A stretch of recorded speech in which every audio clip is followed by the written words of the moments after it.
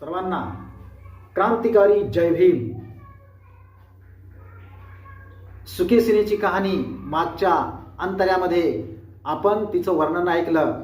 आता ह्यावेळेस तिची ज्यावेळेस सुकेसिनीची भेट होती तर त्यावेळेस नंदनी काय म्हणती हे आपण बघू.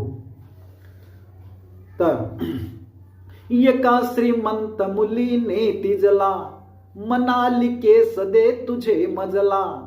केस देण्यास हो तू संमत पाहिजे तेवढी देते किंमत.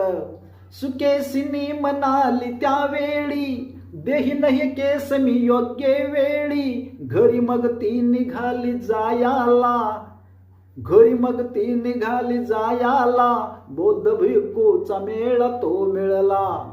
भिरले भिक्खू सर्व गावात पडले ना काही दान पात्रात. आता उपासीच वाहे जाणे निघाले भिक्खू हे आनंदाने. सुकेसिनी पडे विचारात करुणा पाझरली हृदयात. दोन्ही हतबंत जिना जोडीले जाऊन कथा तिने विनविले. श्रीमंत मुलीकडे जाऊन सुंदर केस दिले कापून. केस विकलेल्या मग त्या पैशातून लगेच खीरवानली बनवून.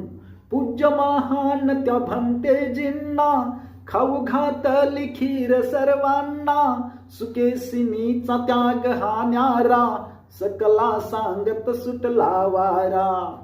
तिची वशी योग्यता मान त्यात धन्यता. ऐका नंदनीची मी सांगतो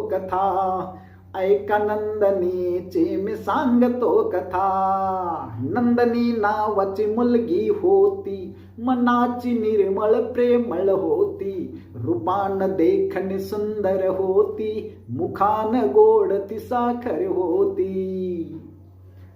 चॅनलवर जर नवीन असाल तर सबस्क्राईब करा, एक लाईक करा आणि एक कमेंट करा.